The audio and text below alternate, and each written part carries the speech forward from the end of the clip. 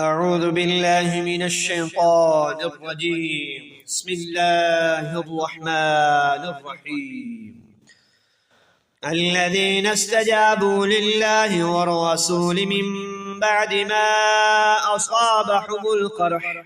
للذين أحسنوا منهم واتقوا أجر عظيم. الذين قال لهم الناس إن الناس قد جمعوا لكم فاخشوهم فزادهم إيمانا وقالوا حسبنا الله ونعم الوكيل.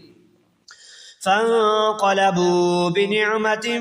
من الله وفضل لم يمسسهم سوء واتبعوا رضوان الله والله ذو فضل عظيم. إنما ذلكم الشيطان يخوف أولياءه فلا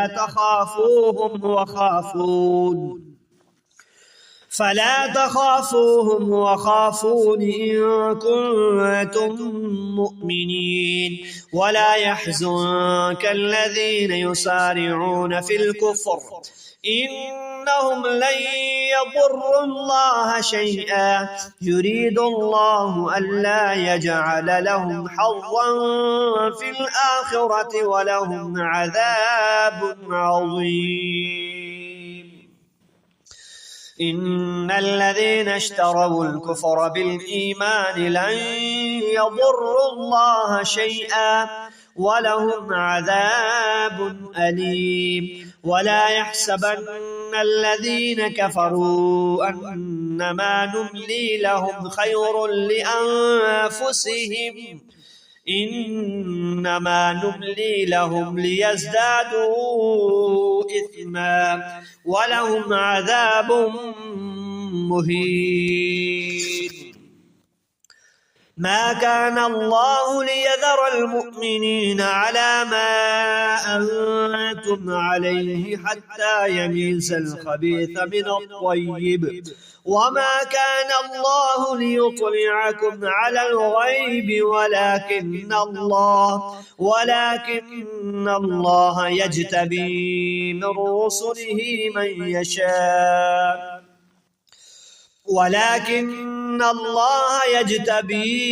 رسله من يشاء فآمنوا بالله ورسله وإن تؤمنوا وتتقوا فلكم أجر عظيم. ولا يحسبن الذين يبخلون بما آتاهم الله من فضله هو خيرا لهم بل هو شر لهم سيطوقون ما بخلوا به يوم القيامة ولله ميراث السماوات والأرض والله بما تعملون خبير. لقد سمع الله قول الذين قالوا إن الله فقير ونحن أغنياء سنكتب ما قالوا وقتلهم الأنبياء بغير حق ونقول ذوقوا عذاب الحريق ذلك بما قدمت أيديكم وأن الله ليس بظلام للعبيد. الذين قالوا إن الله عهد إلينا ألا نؤمن لرسول حتى يأتينا بقربان تأكله النار قل قد جاءكم رسل من قبلي بالبينات وبالذي قلتم فلم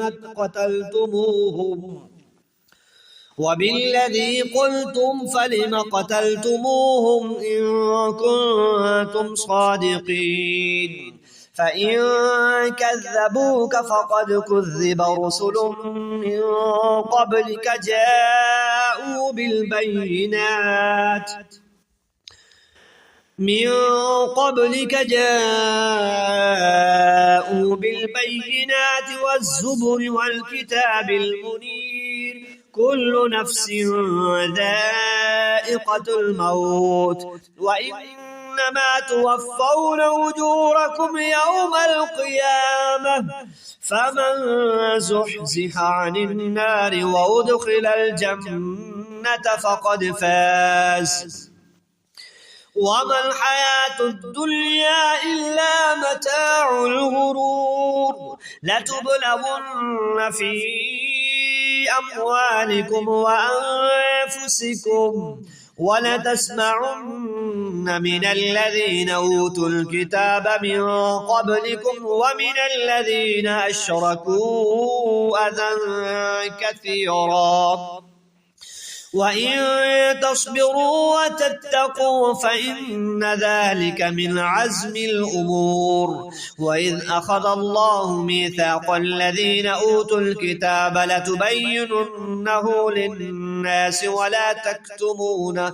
فنبذوه وراء ظهورهم واشتروا به ثمنا قليلا فبئس ما يشترون لا تحسبن الذين يفرحون بما أتوا ويحبون أن يحمدوا بما لم يفعلوا فلا تحسبنهم بمفازة من العذاب ولهم عذاب أليم ولله ملك السماوات والأرض والله على كل شيء قدير إن في خلق السماوات والأرض واختلاف الليل والنهار لآيات لأولي الألباب الذين يذكرون الله قياما وقعودا وعلى جنوبهم ويتفكرون في خلق السماوات والأرض ربنا ما خلقت هذا باطلا سبحانك فقنا عذاب النار ربنا إنك من تدخل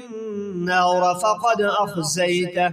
وما للظالمين من أنصار ربنا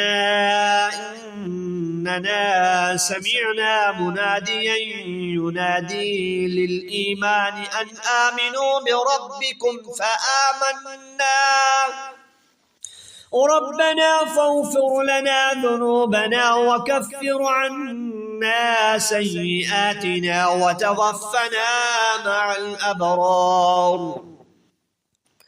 ربنا وآتنا ما وعدتنا على رسلك ولا تخزنا يوم القيامة إنك لا تخلف الميعاد فاستجاب لهم ربهم أني لا أضيع عمل عامل منكم من ذكر أو أنثى بعضكم من بعض فالذين هاجروا وأخرجوا من ديارهم وأوذوا في سبيلي وقاتلوا وقتلوا لأكفرن عنهم سيئاتهم ولأدخلنهم جنات تجري من تحتها الأنهار ثوابا من عند الله والله عنده حسن الثواب لا يغرنك تقلب الذين كفروا في البلاد متاع قليل ثم مأواهم جهنم وبئس المهاد لكن الذين اتقوا ربهم لهم جنات تجري من تحتها الأنهار خالدين فيها نزلا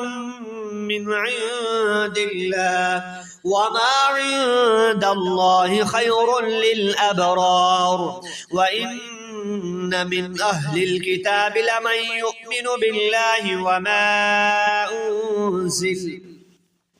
وما أنزل إليكم وما أنزل إليهم خاشعين لله لا يشترون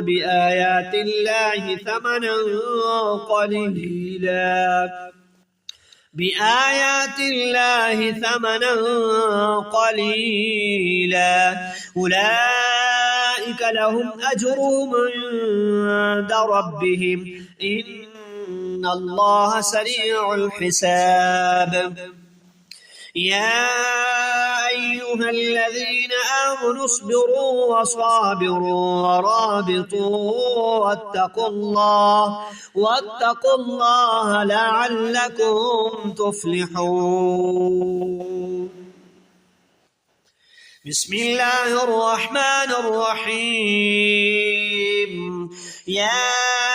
أيها الناس اتقوا ربكم الذي خلقكم من نفس واحدة وخلق منها زوجها وبث منهما رجالا كثيرا ونساء واتقوا الله الذي تساءلون به والأرحام إن الله كان عليكم رقيبا وآتوا اليتامى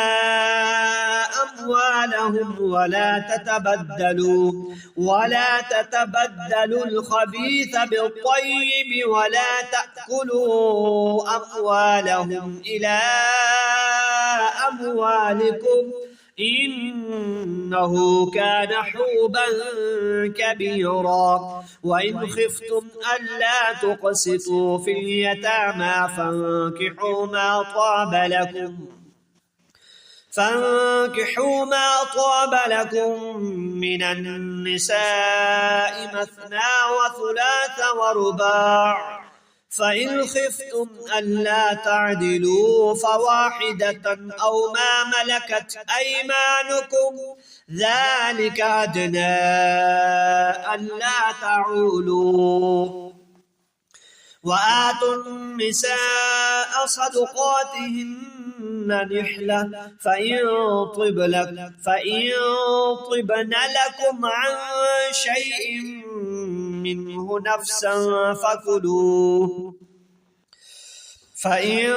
طبن لكم عن شيء منه نفسا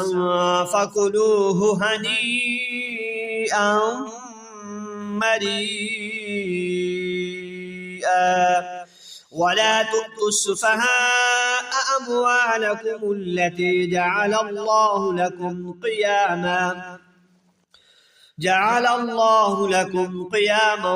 وارزقوهم فيها واكسوهم وقولوا لهم قولا معروفا وابتلوا اليتامى حتى إذا بلغوا النكاح فإن آنستم منه رشدا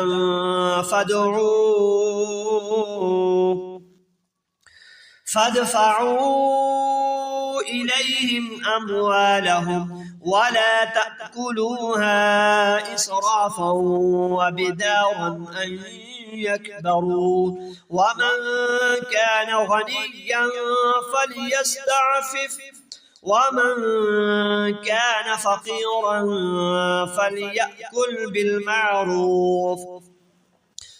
فإذا دفعتم إليهم أموالهم فأشهدوا عليهم وكفى بالله حسيبا للرجال نصيب مما ترك الوالدان والأقربون وللنساء نصيب مما ترك الوالدان والأقربون مما قل منه أو كثر نصيبا مفروضا وإذا حضر القسمة أولو القربى واليتامى والمساكين فارزقوهم منه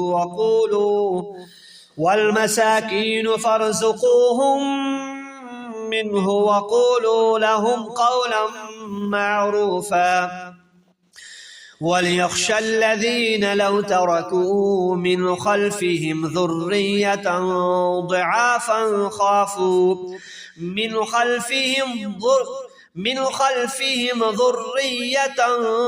ضعافا خافوا عليهم فليتقوا الله وليقولوا قولا سديدا إن الذين يأكلون أموال اليتامى ظلما إنما يأكلون في بطونهم نارا وسيصلون سعيرا يوصيكم الله في أولادكم للذكر مثل حظ الأنثيين فإن كن نساء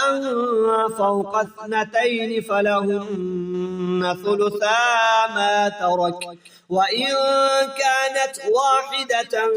فلها النصف ولأبويه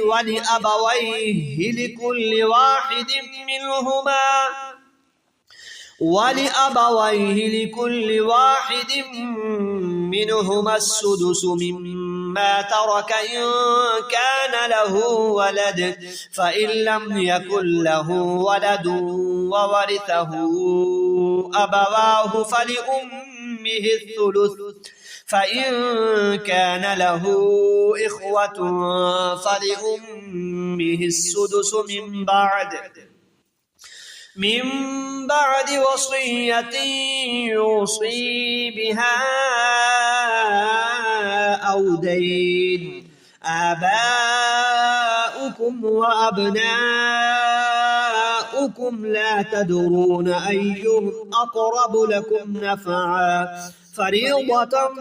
من الله إن الله كان عليما حكيما ولكم نصف ما ترك أزواجكم إن لم يكن لهن ولد فإن كان لهن ولد فلكم الربع مما تركن من بعد وصية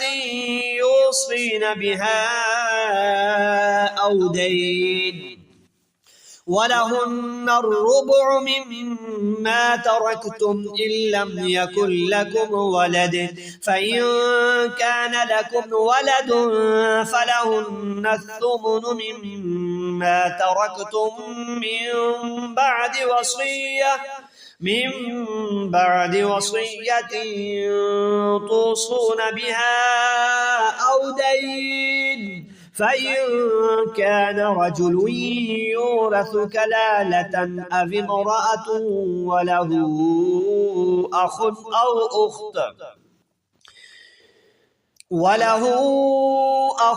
أو أخت فلكل واحد منهما السدس فإن كانوا أكثر من ذلك فهم شركاء في الثلث من بعد وصية يوصى بها أو دين غير مضار وصية من الله والله عليم حليم تلك حدود الله ومن يطع الله ورسوله يدخله جنات تجري من تحتها الأنهار خالدين فيها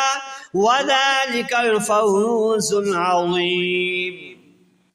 ومن يعص الله ورسوله ويتعد حدوده يدخله نارا خالدا فيها ولهم عذاب مهين واللاتي يأتين الفاحشة من نسائكم فاستشهدوا عليهن 4 منكم، فإن شهدوا فأمسكوهن في البيوت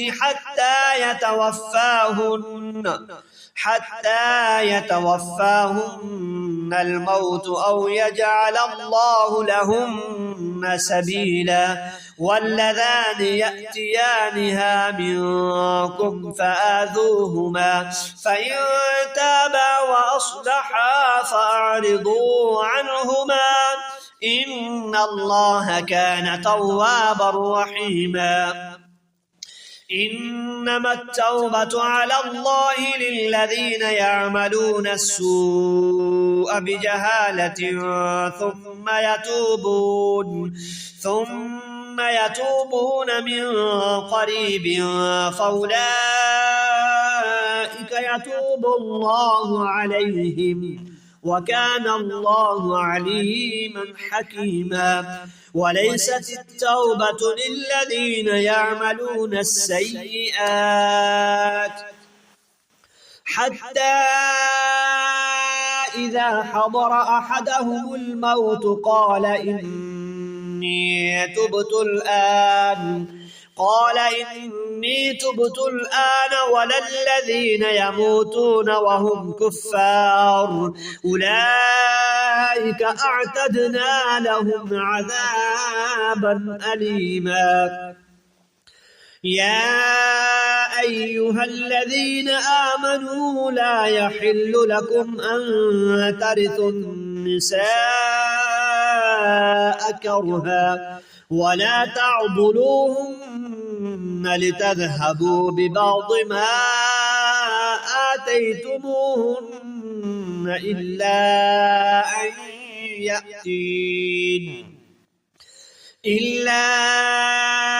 أن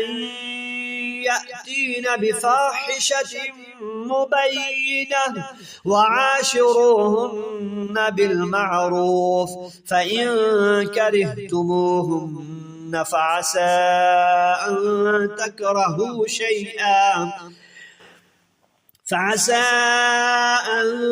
تكرهوا شيئا ويجعل الله فيه خيرا كثيرا. وإن أردتم استبدال زوج مكان زوج وآتيتم إحداهن قنطارا فلا تأخذوا منه شيئا، أتأخذونه بهتانا وإثما مبينا.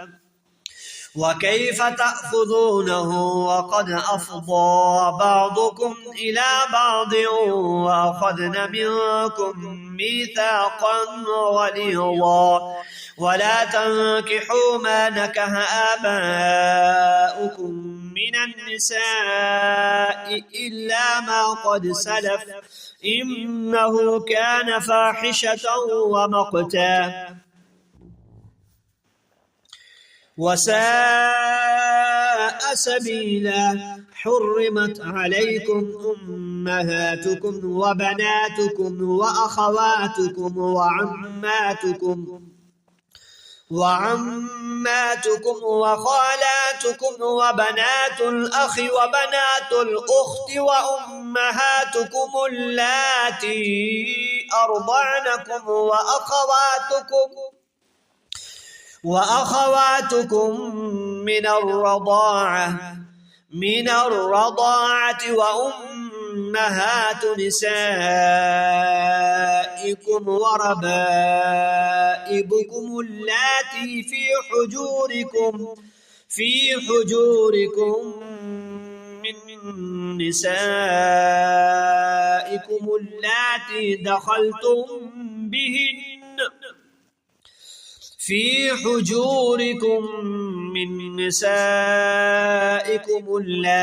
دخلتم